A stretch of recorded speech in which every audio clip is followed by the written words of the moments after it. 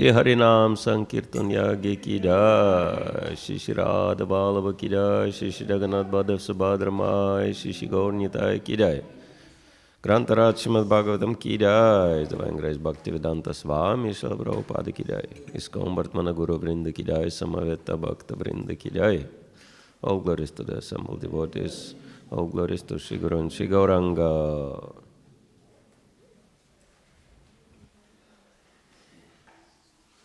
Om Agyanti Mirandasya Ginanjana Shalakaya Chaksharin Militam Yana Tasmai Shri Gurave Namaha. Shri Chaitanya Manobishtam Stapitam Yena Bhatare Swayam Rupa Kadamayam Dadati Swapadantikam Vanchakapatarubhyascha Kripa Sindhubhevacha Patitanam Pavanebhyo Vaishnavebhyo Namo Namaha. Jai Shri Krishna Chaitanya Prabhu Nityananda Shri Advaita Gadadhar Shivasadi Gaura Bhakta Vrinda.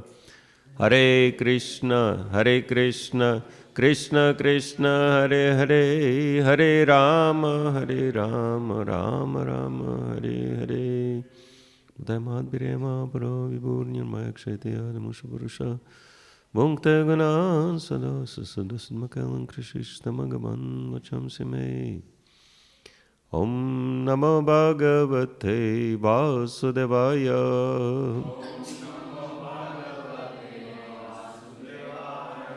Om Namo Bhagavate Vasudevaya.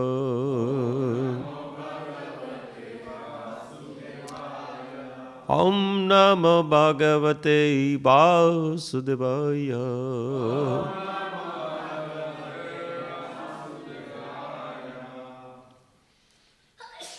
Hare Krishna.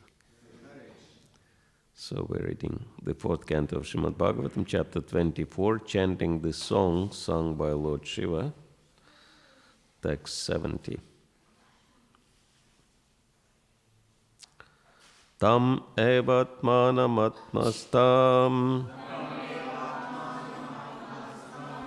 Tam evatmanam atmastam Sarvabhute Shavastitam Sarvabhute Shavastitam Pujayadvam Grinantascha Pujayadvam Grinantascha Dayantascha Sakritharim Dyantascha Sakritharim Tam eva atmanamatmastam Sarvabhuteshu vastitam Pujayadvam grinantascha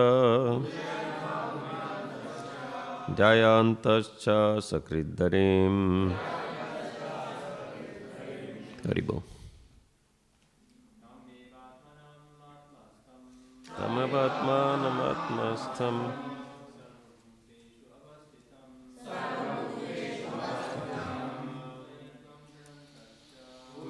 Tam grinantascha Jayantascha sakridharim. Tam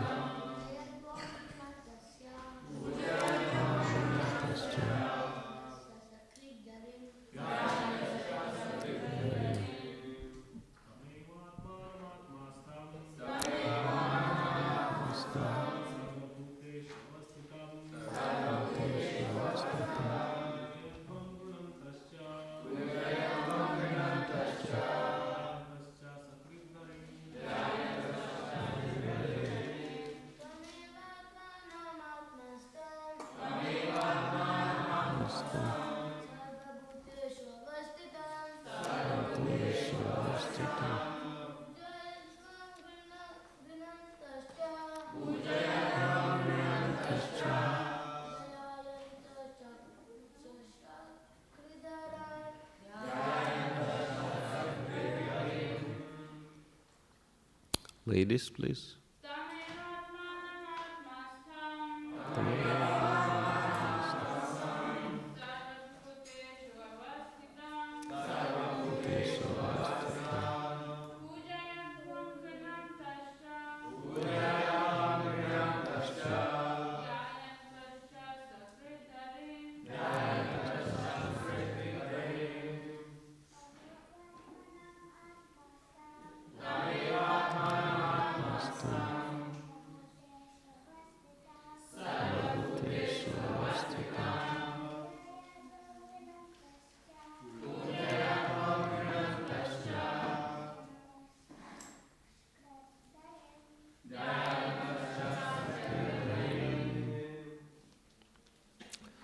Synonyms: tam, unto him, eva, certainly, atmanam, the Supreme Soul, atmastham, within your hearts, sarva, all, bhuteshu, in every living being, avastitam, situated, pujayadvam, just worship him, grinanta cha, always chanting, dayanta cha, always meditating upon, asakrit, continuously, Harim, the Supreme Personality of Godhead. Translation purported by His Divine Grace A.C. Bhaktivedanta Swami Śrīmad Bhāgavatam ki jai. Therefore, O sons of the King, the Supreme Personality of Godhead, Hare, is situated in everyone's heart. He is also within your hearts. Therefore chant the glories of the Lord and always meditate upon Him constantly. Purport. The word asakrit is significant, for it means not just for a few minutes but continuously. That is the instruction given by Lord Chaitanya Mahaprabhu in his Shikshashtaka. Kirtanya Sada Hare. The holy name of the Lord should be chanted 24 hours daily. Therefore, in this Krishna consciousness movement, we request the devotees to chant at least 16 rounds on their beats daily. Actually, one has to chant 24 hours daily, just like Haridas Thakur Haridas, who was chanting the Hare Krishna mantra 300,000 times daily. Indeed, he had no other business. Some of the Goswamis, like Raghunath Das Goswami, were also chanting very rigidly and also offering obeisances very rigidly. As stated in Srinivasacharya's prayers to the six Goswamis, Sad Goswami Ashtaka, Sankhya Purvaka Nama Gana Natipi Kalavasani Kritau. The word Sankhya Purvaka means maintaining a numerical strength. Not only was Raghunath Das Goswami chanting the holy name of the Lord, but he was also offering obeisances in the same prolific numbers. Because the princes were ready to enter into some severe austerity in order to worship the Lord, Lord Shiva advised them to constantly chant of and meditate upon the Supreme Personality of Godhead. It is significant that Lord Shiva personally offered his prayers to the Supreme Personality of Godhead, just as he was taught by his father, Lord Brahma.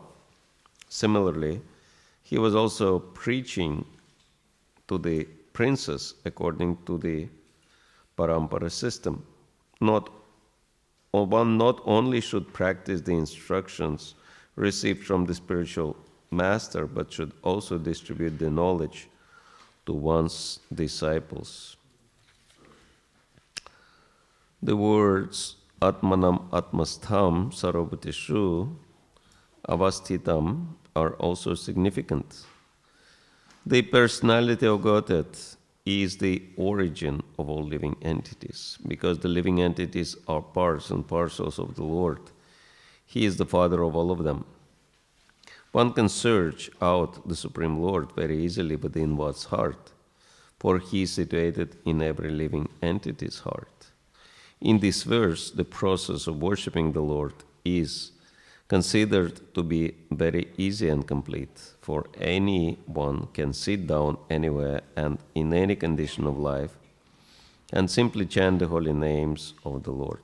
By chanting and hearing, one automatically engages in meditation.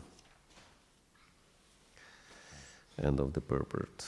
Tam evatmanamatmastham sarvabhutesh avastitam pujayadvam grinantascha deyantascha sakrit dharim. Therefore, O sons of the King, the Supreme Personality of Godhead Hare is situated in everyone's heart. He is also within your hearts. Therefore, chant the glories of the Lord and always meditate upon Him continuously.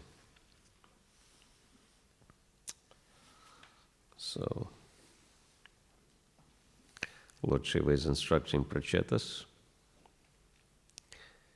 in the process of worshipping the Supreme Lord, and the best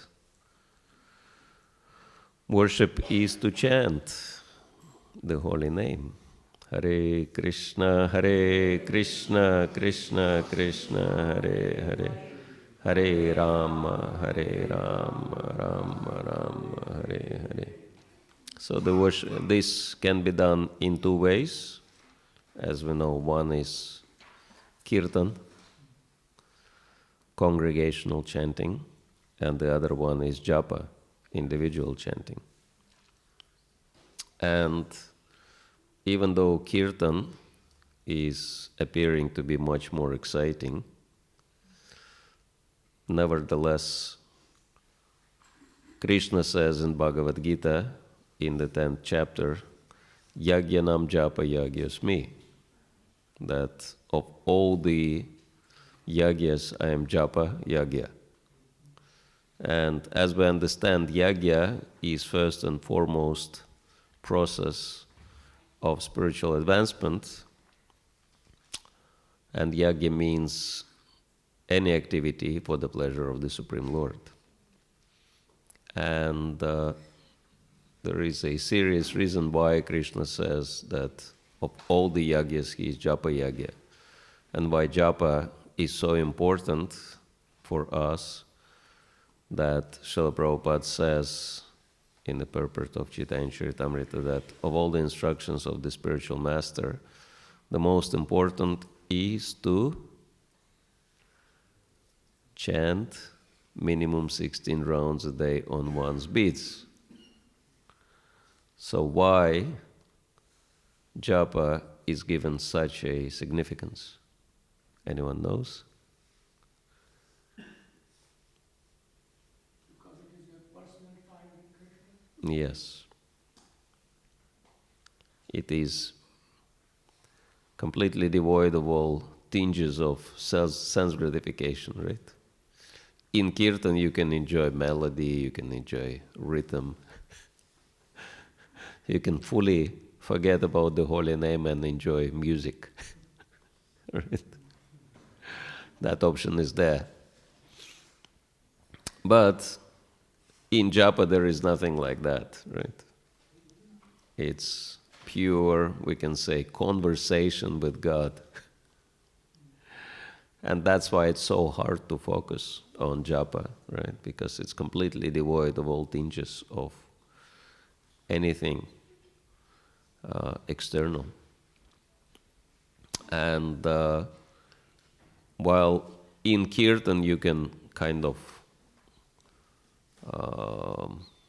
take advantage of the meditation of other people, right? And enjoy that, enjoy somebody else's devotion. In japa you cannot do that. It's one-on-one with Krishna, right? So that's why it's so hard.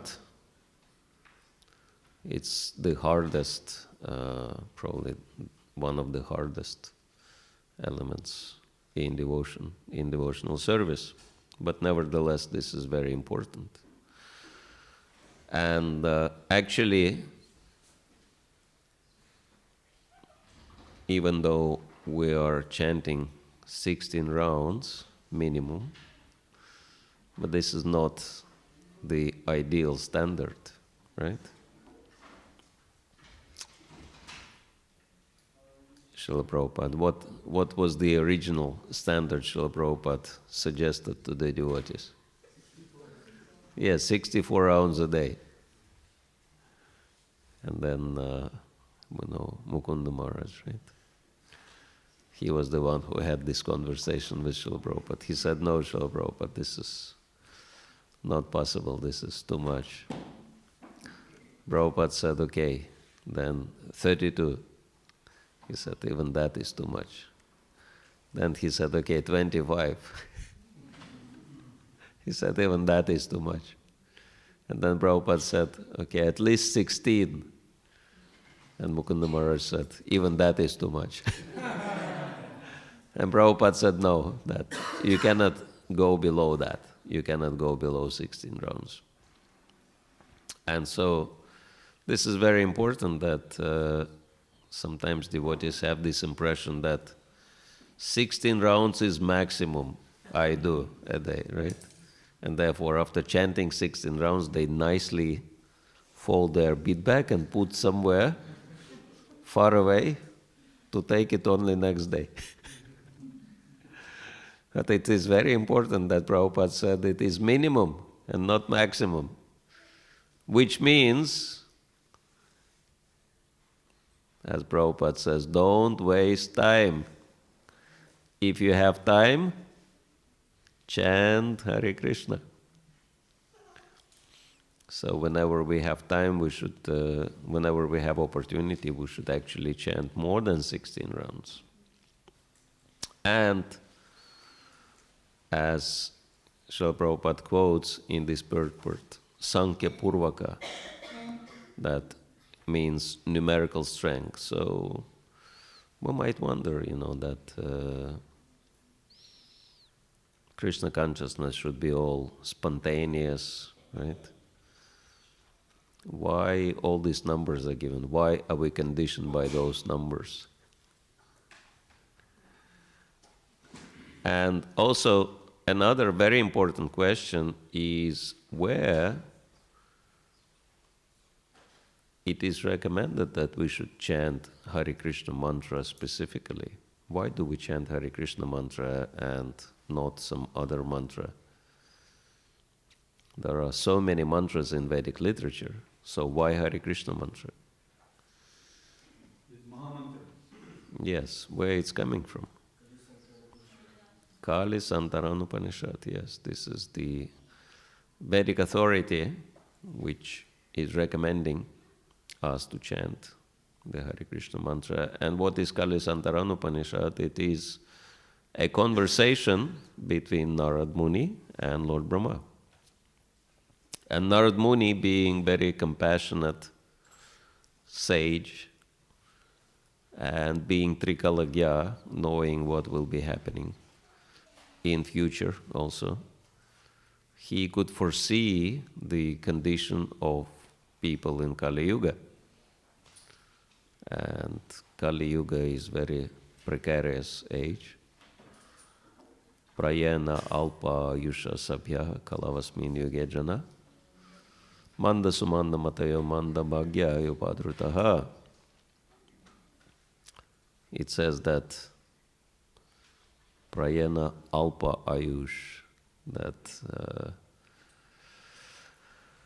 the duration of life of people of Kali Yuga is very short. We know that maximum people live only 100 years. And before, people lived in Dvapara Yuga, people lived up to 1,000 years. And Treta Yuga, up to 10,000. And Satya Yuga, up to 100,000. And actually, we might say, where is the proof? Actually, even in Bible, you read, you can see that all the generations of the, great rulers and saintly personalities, they had hundreds of years. They lived hundreds of years. Some lived 5, some lived 600 of years. So this was the previous age. And so, but now we can see that 100 years is very, very rare, right? And those people who lived up to 100, they're all listed as special achievers in Kali Yuga. And actually, before the advent of Lord Chaitanya Mahaprabhu, the duration of life was really short. If you, I think historians, they speak about dark ages, and people lived very short life. 20, 30, 40 years, that was it. And after the advent of Sri Chaitanya Mahaprabhu, we could see, okay, that it's improving gradually, right? Now, finally, some at least, and yeah, most people, actually, they live up to 75, 80 years, right? But yeah, in general, 100 years is very short. We might say, oh, it's not really short. Well, if I tell you, you only have 35,000 days to live. That's it. Actually, that's 100 years. Right? From A to Z, from cradle to grave, that's 3,500 years, 35,000 years. 35,000 days, that's all we have. So it's really short. And most of the people don't even live that long. And so, yes, this is Kali Yuga. Prayanalpayusha sapya kalavasmin vigajana. And Manda, people are very lazy. They're not very lazy when it comes to sense gratification, right? They become very active, very enthusiastic when it comes to sense gratification.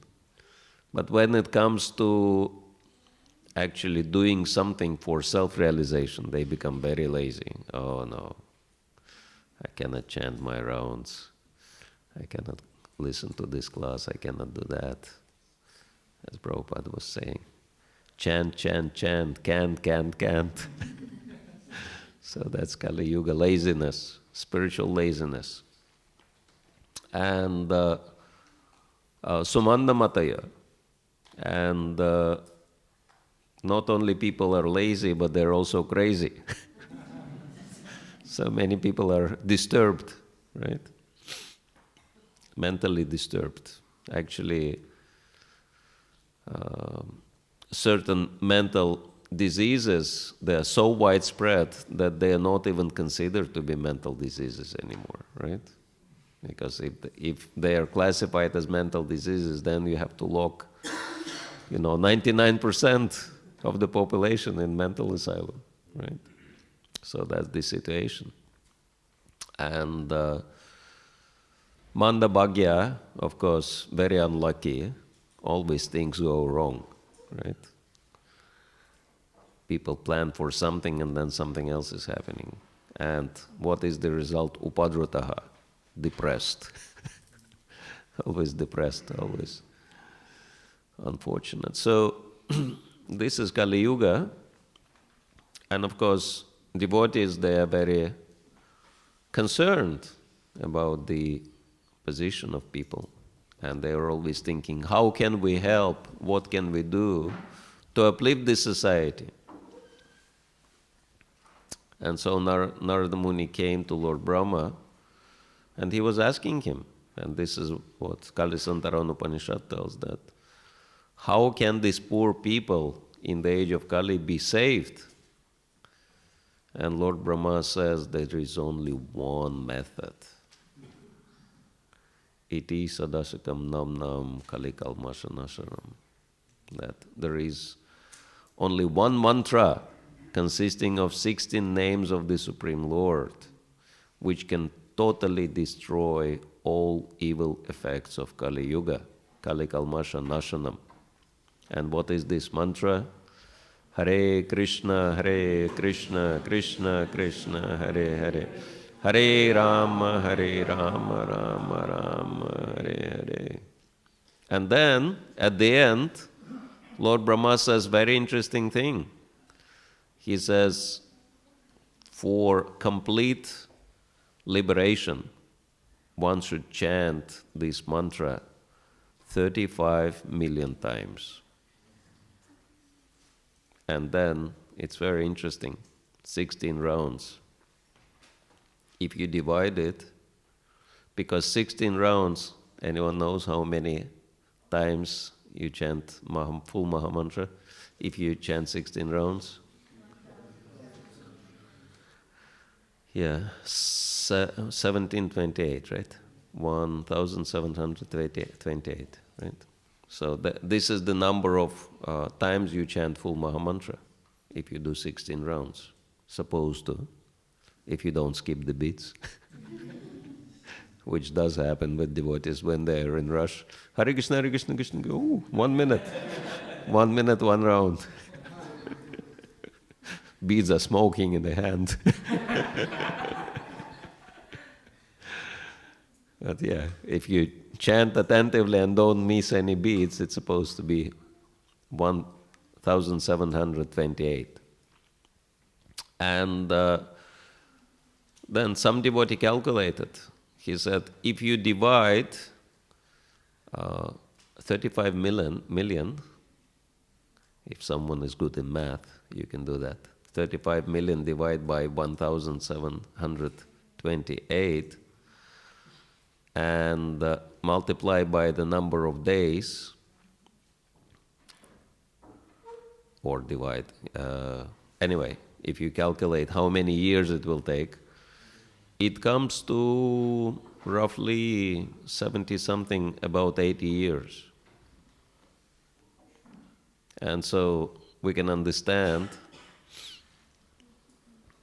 that if you chant less than 16, you will not be able to perfect your life in one lifetime. How many years?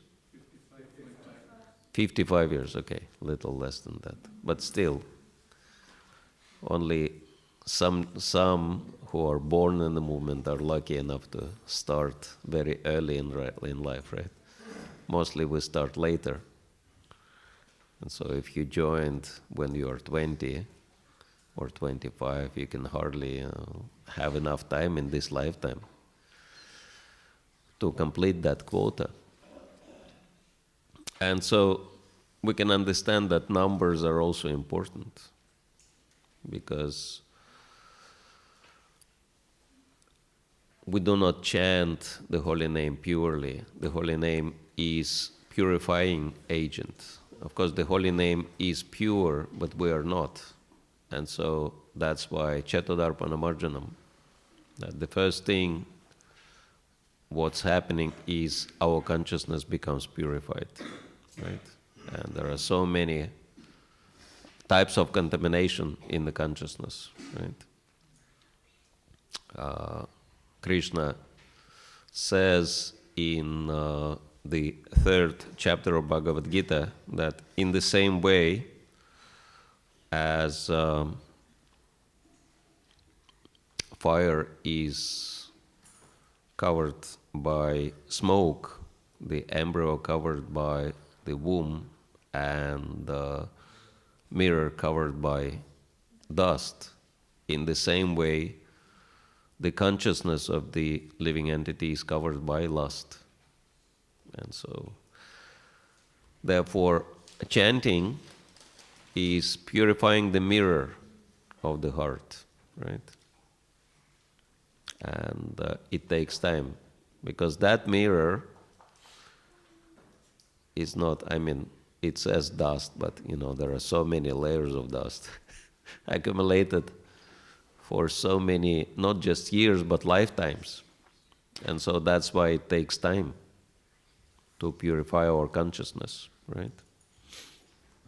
Actually, Srila Prabhupada explains a very interesting thing. He says, Krishna is all attractive, right? The name Krishna means all attractive. And so then, why do we see that phenomenon that our consciousness is not automatically attracted by Krishna, right? That, okay, we come and then we stay for 1 minute, have darshan, and then move on. Because we don't have so much attraction. And so Prabhupada explains that, yes, Krishna is all attractive. Actually, Prahlad Maharaj says that in the same way as magnet attracts iron, so the consciousness of living entity is automatically attracted by Krishna. So then, why our consciousness is not attracted to Krishna, right? Is that a good question? Yes. Anyone knows the answer? Yes. Because we just Not just that, but Prabhupada said it's not just dust, it is rust. It's not always that iron can be attracted to magnet. If iron is covered by rust, then there is no attraction. And actually, our consciousness is covered by the rust of material desires. And so that rust has to be purified in order for us to be attracted to Krishna. And so we can understand this Chetodarpana Marjanam is pretty serious process. And so it's very rigid cleansing process. And it takes time. And that's why the more we chant, the sooner we will become purified. And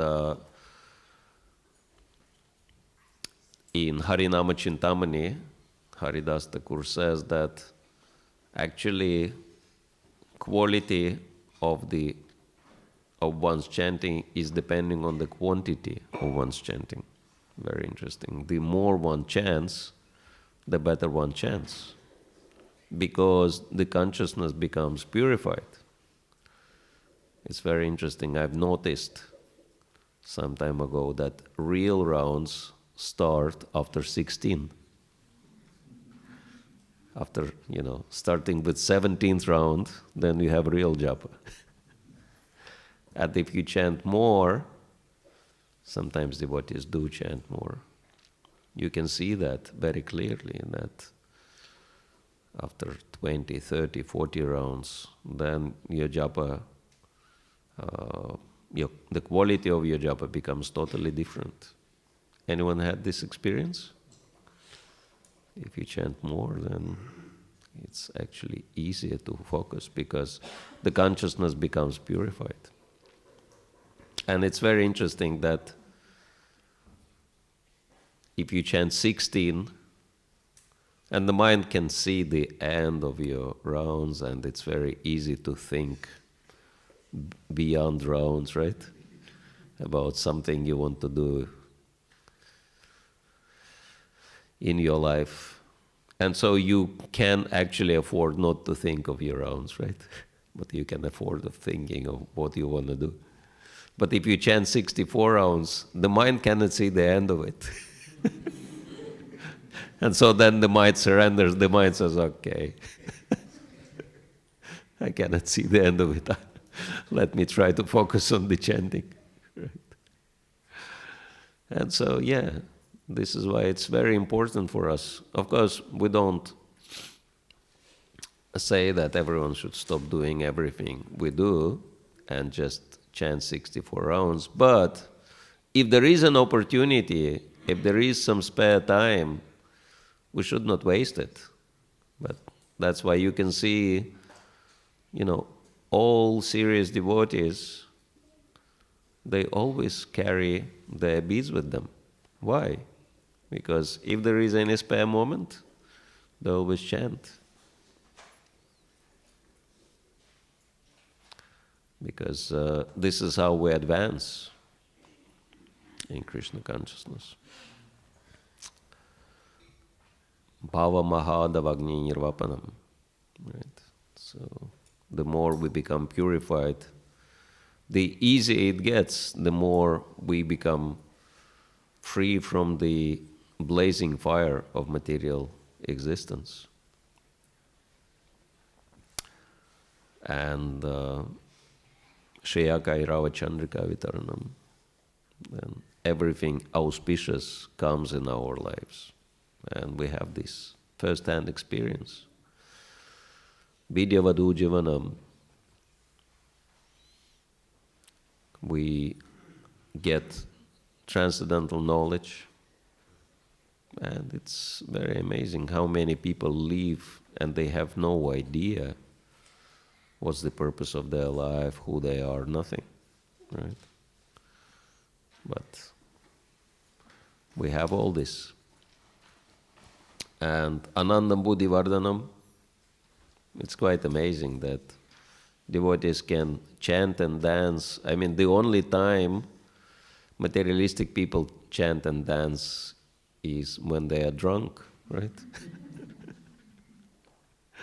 But devotees can chant and dance all the time. And Pratipadam Purnamrita Svadanam, and then there is a nectar at every step if you perform devotional service. Because that's Sarvatma Snapanam Param, that is the purification on the level of the soul. So there are so many benefits we gain from this simple process of chanting the holy name. And the same Harinama Chintamani explains that as a huge seed, as a huge tree, like banyan tree, is contained within one small seed. And banyan seeds are very small. Anyone has seen banyan seed? Anyone have seen that? Actually, banyan is belonging to the fig tree family. And I'm pretty sure that all of you know what is the size of a fig seed, right? It's really small. So that small seed and banyan seed is pretty much the same size. And so banyan seed, that small little seed, is containing huge banyan tree, which can grow into the whole forest. And so Harinama Chintamani is giving that analogy that in the same way, the holy name of Krishna, because holy name is non-different from Krishna, is containing the entire spiritual world.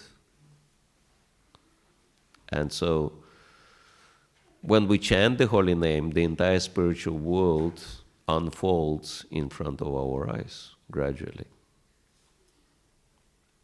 It's like in here in Melbourne, for example, that at some point, just a few decades ago, there have been nothing in here, right? No temple, no devotees, no festivals, no prasadam, no books, because no one chanted the holy name. And then historically, we don't know who was the first devotee who started chanting the holy name in Melbourne, but definitely there was someone first. Huh? Balimardan Prabhu, yes. Yeah, anyway, one of the early Prabhupada disciples came here and started chanting the holy name. And then gradually everything started manifesting from the holy name, right? You have holy name, then devotees, some people who never knew that they're Hare Krishna devotees. So they come across the holy name, they realize, okay, I'm a Hare Krishna devotee now. And then the devotees appeared from the holy name, and then temple appeared from the holy name and everything else. And now there are so many things. Restaurants, preaching programs, you name it, festivals, everything is happening. And it all grew out of the holy name. And so you can see practically, and Melbourne is not the only place. So in so many places on the planet, everything manifests by the mercy of the holy name. It's like pretty much everything out of nothing. Because materially, just chanting 3 words. Because Hare Krishna mantra is just 3 words, right? Hare Krishna Rama, that's it. And then different combinations of that, that's the Mahamantra. And for uninformed people, it seems to be really strange. Actually, it seems to be crazy. Why these people repeat these 3 words? Hare Krishna Rama. I remember one time I was in a hospital, and I was actually quite happy because I was so busy with doing so many services, and I was thinking, Krishna, I would like to have some break to actually read Bhagavatam and chant my rounds attentively and listen to classes and do few things I wanted to do. And then I got into hospital. I was happy. I was thinking, oh, I have my break now. I can read Bhagavatam, I can do all these things. But then I was in the same ward with few people, and they were like ordinary people, some factory workers or something like that. And they have seen me, chanting and reading books, and then they figured out that this, and rising too early, etc., and doing so many strange things, they realized, okay, this is some kind of strange guy, some cult member. And then one of them was curious enough to come and asking me, who are you, what are you doing? So I kind of explained to him, and then he said, what is this are you doing with your beads? So I explained to him that these are the names of God I'm chanting, and he said, how many times you do that? I said, well, it's minimum 1,728 times a day. And then he told me pretty bluntly, he said, now I can understand why are you so strange? Because you repeat the same, words so many times every day, and naturally, if I would repeat the same words, I would definitely go crazy. So that explains why you're so strange. And so it's not that I became offended personally, but I was thinking, it's not good for him to have this kind of impression of the devotees that devotees are crazy. And so I said, okay, so what you're trying to say that I'm crazy just because I'm repeating these words, right? He said, yeah, this is how it is. And I said, okay, so you're not repeating those words, so that means you're not crazy, right? He said, yeah, I'm normal. I said, okay, let's discuss what is the definition of someone who is crazy. He said, what is the definition you suggest? I said, what about someone who is doing things which are harmful to him and harmful to others? Is that a good definition of someone who is crazy? He said, yeah, that's a good definition. I said, okay, are you smoking? He said, yes, I do. Is smoking harmful to you? Yes. Is it harmful to others? Yes.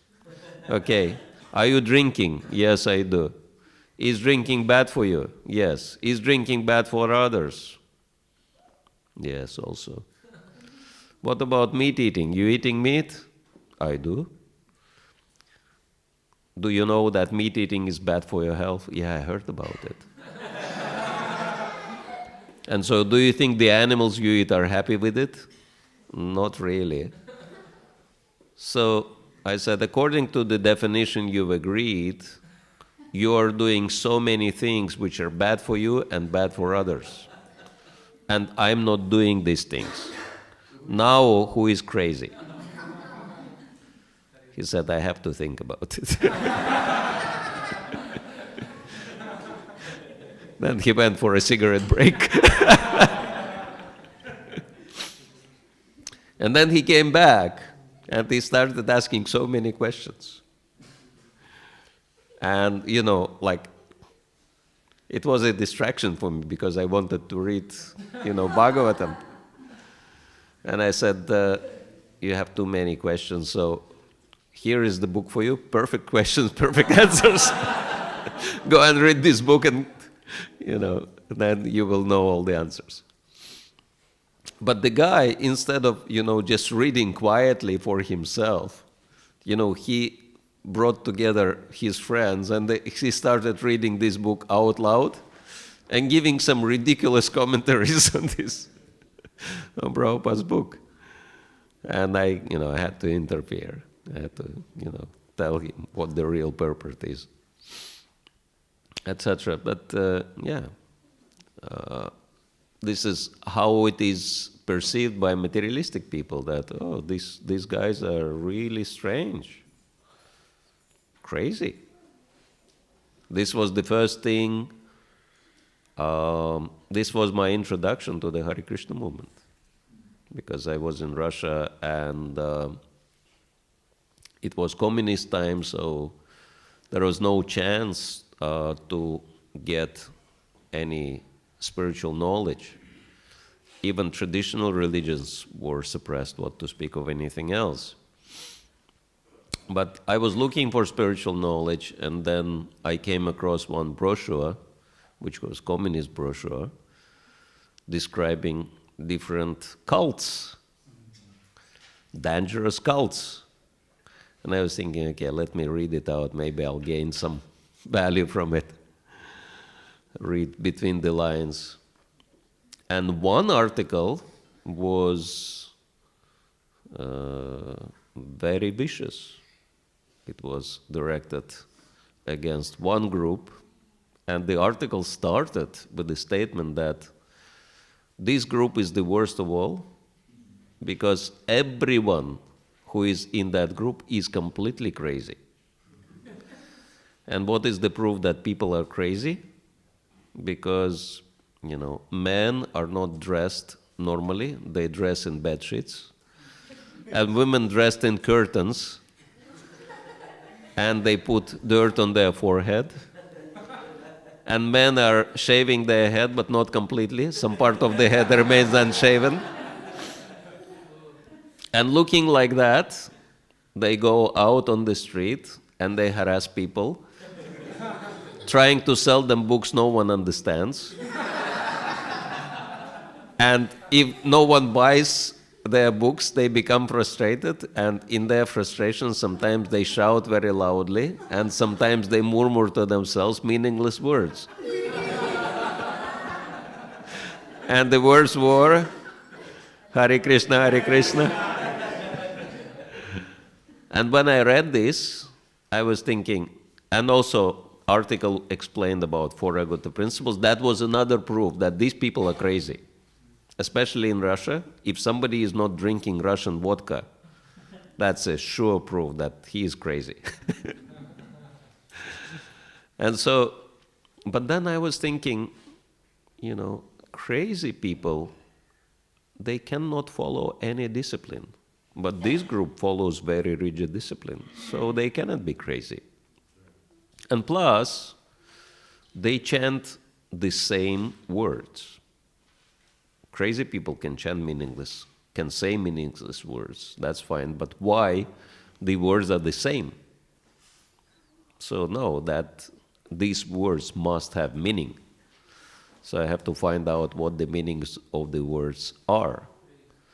And then I started asking from my friends, do you know any Hare Krishnas? Do you know anything about Hare Krishna? So this is how my search began. And I think it still continues to this day, trying to understand the deeper meaning of the holy names. And this is how people perceive, materialistic people perceive. That Prabhupada wrote one article, Who is Crazy? Right? And he said, we are accused at brainwashing, that we are brainwashing people. He said, why they complain? If their brain is dirty, contaminated with so many things, it needs to be washed. But of course, if someone is attached to the contamination, they will complain, why you wash our brain? Let our brain be dirty. And Prabhupada said, it's not actually brainwashing movement, it's brain-giving movement. Because people don't even have any brain to start with. So that's why, I mean, it is unfortunate truth, because, for example, drinking, which is so popular, right? What it does, it dissolves brain. Literally, physically, it dissolves brain. My friend, who is a medical doctor, he is a devotee, he told me that when they were studying medical science, and they go to this what they call it, anatomical theater, where pathological, whatever, they demonstrate the dead bodies and some pathologies. Huh? Yeah. Anyway, they do it as students. And he said one time they were introduced to one body of a man, apparently some criminal with very, ugly tattoos on his body, and his skull was open, big man with big head, but then his brain was like very small inside. And the professor said it's not that his brain was originally like that, but because he was alcoholic and he was drinking, then alcohol dissolved his brain, and only, little part remained. So this is what alcohol really does. It dissolves people's brain. And so yeah, that's different, but all these substances, they dissolve brain. And so then people live with no brain. And so people just don't know what they're doing with their lives. And because they are crazy, they think that those who are not living the way they live, they're crazy. It's like everything is topsy-turvy. And that's why Prabhupada said people just have to be educated and trained and saved from doing all these dangerous things. And so after the devotees experience Krishna consciousness and gain so many benefits from chanting the holy name, naturally they want to share these benefits with other people to help them also. So that's kind of natural tendency. Hare Krishna. So, should we stop here, or?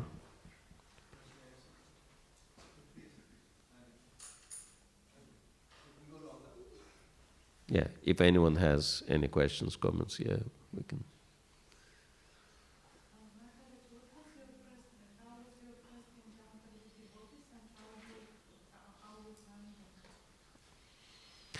What was my first encounter with devotees? Well,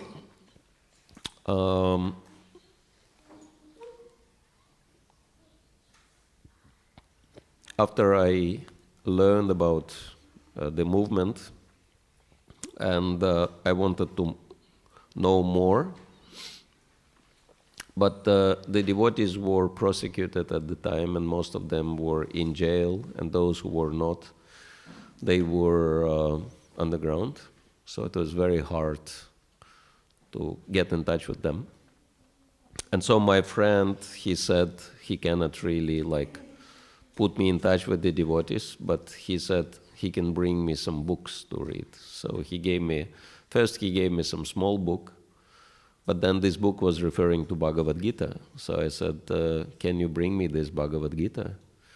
And so he said, this is very dangerous because for this book, we can both go to jail if anyone sees us with this book. So make sure no one actually sees us. And so he brought Bhagavad Gita to me, and immediately I knew that this is the book I always wanted to read, because everything is so clearly explained. Who is God, what is soul, karma, yoga, reincarnation, meditation, you name it. Yeah. all the subject matters of knowledge are so clearly elaborated. And so I asked him, can I borrow this book and read it? And he said no. I told him, I'll pay you money, I'll read the book and give it back to you. He said no, because it's too dangerous. And so no matter how much I pleaded, and I offered him very serious amount of money, he said no, I don't want to lose my freedom. So he took Bhagavad Gita, and I never saw it again. And then I thought, okay, I should find my own copy. I should buy it from somewhere. I was looking for 3 years. I couldn't find it. And after I lost hope, I was walking down the street, and then a devotee came to me in disguise. I had no idea who he is. And he said, I have some interesting books if you want to see. And then I immediately sensed that he must have Bhagavad Gita. And then he offered me Bhagavad Gita. I was, ecstatic.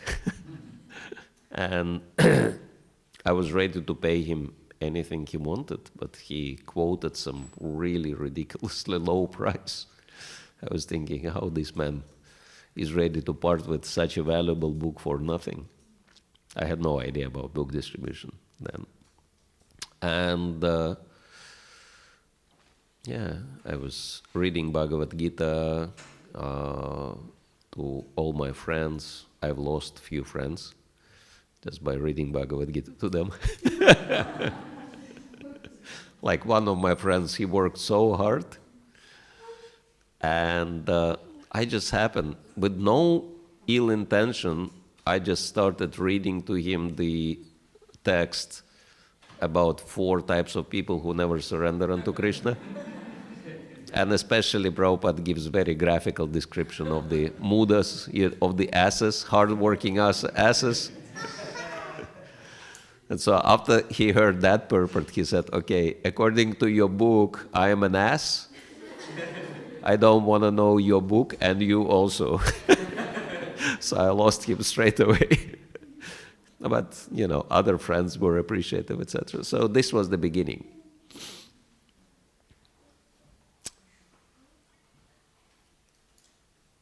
Yes. Our consciousness is covered by rust, that is material desire.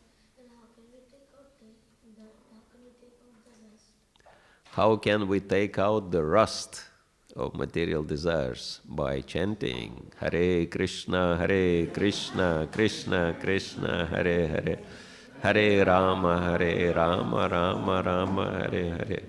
The more you chant, the more the rust becomes cleansed. And then after we completely clean, we become fully ecstatic in Krishna consciousness. Yes. Sometimes when we chant our japa, sometimes when I chant my japa, my mind goes really mad, more mad than even usually during the day. So I was wondering if you have any advice on that. Mad in which way? Maybe in a negative way. In a negative way. Yeah, it can happen sometimes because the Hare Krishna mantra is removing the anarthas, and when the anarthas are removed, then, before they remove, they come out to the surface. So, and it's kind of an effect which I think many devotees notice, that how many of you ever had this thought that before I started chanting Hare Krishna, I didn't know how bad I am, but after I started chanting Hare Krishna, I see so many problems in myself. Yeah, it's very typical. Because before the anartha is removed, we can actually see that. And naturally, we have to face all these anarthas, and that can disturb our minds. But we just need to remember that it's a process, and we should not be attached to our anarthas in either positive or negative way. Okay, it just comes. It's a cleansing process.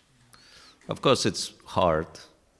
I mean, anyone who has done cleaning, sometimes you come to the room and it seems to be perfectly clean, right? But after you start cleaning, you realize how dirty it is, right?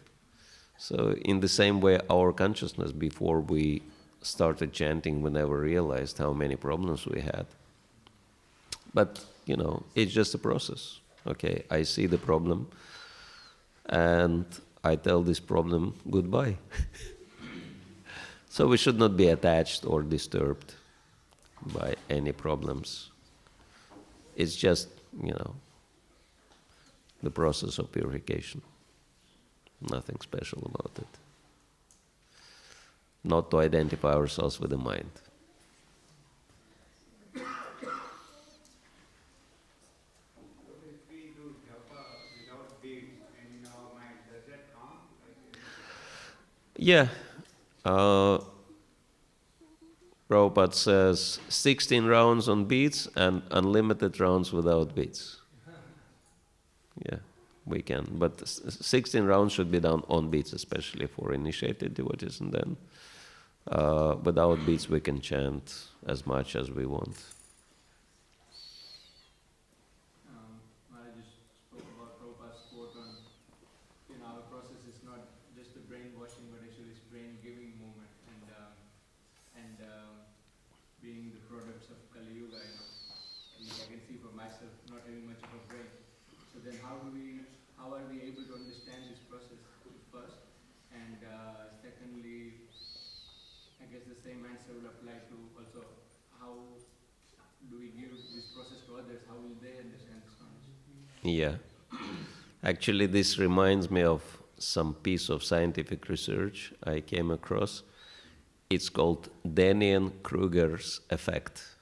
So there were like these two scientists, and through research, they came to very amazing conclusion.